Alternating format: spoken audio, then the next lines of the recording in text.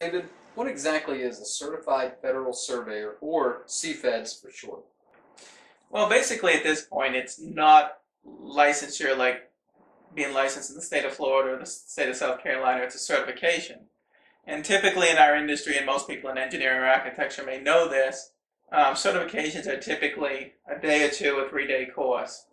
And really, when I researched it, I didn't know if it was any more than that. But the CFED course is basically, they estimate about 300 hours of coursework between videos, conference calls, reading. There's about 3,000 pages of reading. And then you take 3 2.5-hour tests. So it's, well, two 2.5-hour tests and 1 2-hour test. So 7.5 hours of testing to get your CFED. So it's basically a certification, which I think is a little more than the normal certification, that allows you to do work on Indian lands, federal trust lands, federal property, and so forth. So how was the process in becoming one? And, you kind of touched on it. How rare of a certification is this? Well, I did kind of touch on it because actually going into it, I didn't think it was that big of a deal. I do a lot of studying. I'm licensed in 6 states, and I didn't think it would be that big of a deal. But when I printed out the first chapter, I'm like, well, this is a pretty thick course. And I didn't realize it was the first chapter. I thought it was the whole course. And so it was actually 7 or 8 more of those of about, I don't know, 400 pages each. So I spent approximately probably 250, 300 hours on it. And it was intensive. I thought I knew a great deal about the public land system. I've been practicing in Florida for 15 years. And I was amazed at how much I learned from the course. There's a lot of things that you do not do on a daily basis when it comes to public lands. And now this gives me a reference library. It gives me support from other CFEDs. If I need help, I can call the BLM and say, what would you do in this situation? It just really gives you an added level of knowledge, to make tough boundary decisions for sectional lands. If you had to go to court, you want to be on the right side of the law.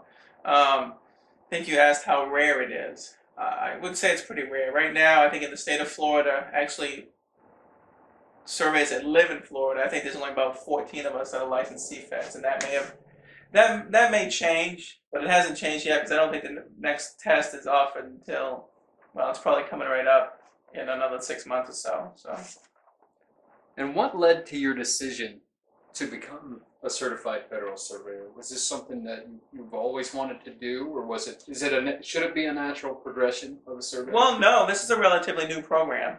I was very impressed with it, so I think the BLM will probably try to make this maybe a standard for doing federal work and stuff. Right now, it's not. It doesn't have the teeth to make it do that. But I think that's probably where they're trying to progress with it.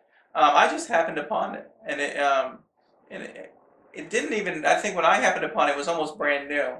And then I saw the amount that it cost for the course, and I said, well, that's pretty pricey. I'll wait. So I waited another 6 months or a year before I actually signed up for it. But I'm so glad I did. It was truly an amazing course. And truthfully, like I said, I just happened upon it from studying. I didn't know another CFED.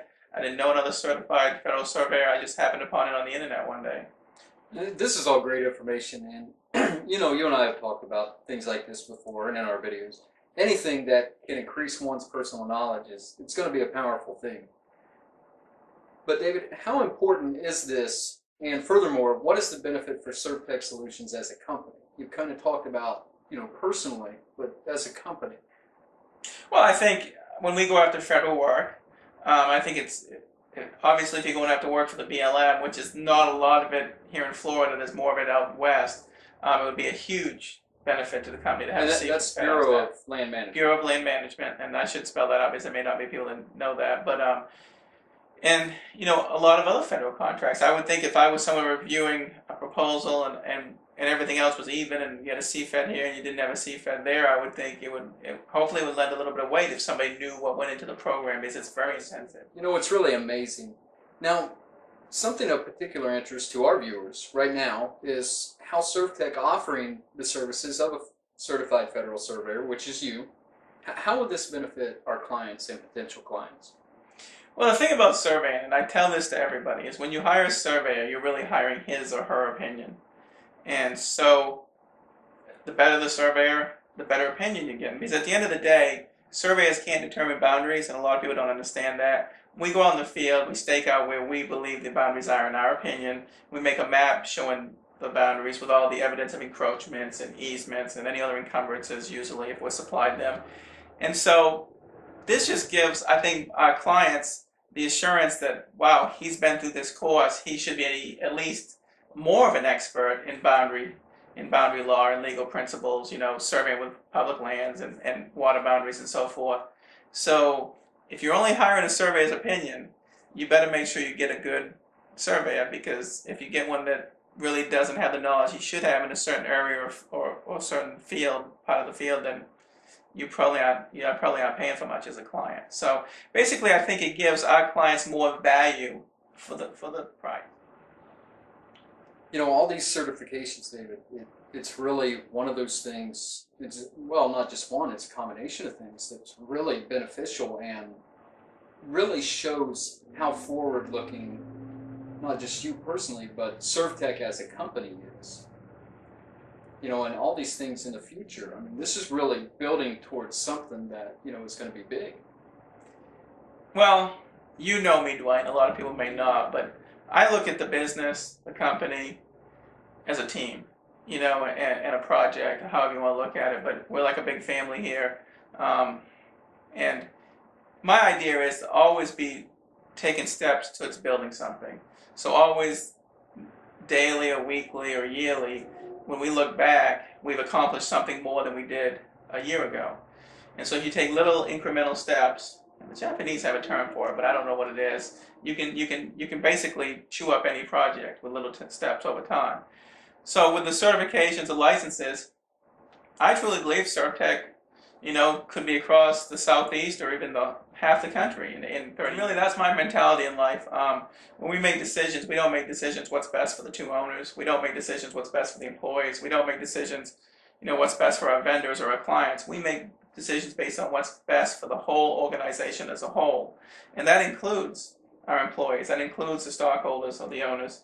That includes our vendors. That includes our clients. And that even includes the community, because SurvTech believes in a lot of community. So those 5 things really is all grouped into one SurvTech organization, and that's how we make our decisions. So these licenses and certifications cost me time and energy, increase my knowledge though, but in the end I think they're very well worth it. They'll allow SurvTech to be stable going forward with growth and so forth. And there's nothing wrong with learning. I think SurvTech is a learning organization. If people aren't learning, then you're probably, I don't know, dying may be a harsh word, but you're certainly not going forward. So, sure. And our mission statement, to better the lives of our employees who in return make the difference for our clients. Well, in my opinion, if employees really want to better their lives, they have to learn. They have to increase their knowledge. They have to rise up just like I do. And that way, the whole organization will grow and we'll all end up better. Maybe that's financial. Maybe that's, being a better person, doing more for the community. Everybody measures success a little differently. At the end of the day, it's probably more about relationships, what you've done for other people. Sure. Than, how big of a car you drive or anything else. So if at the end of the day, the employees have benefited, the clients have benefited, the community has benefited, our vendors have even benefited, our employees have benefited, everybody's benefited, including me and Stacy, the stockholders at this point, then we've done our job. And I think these licenses, these certifications, me becoming a lead AP is all just part of that. It's a little step towards making a better organization.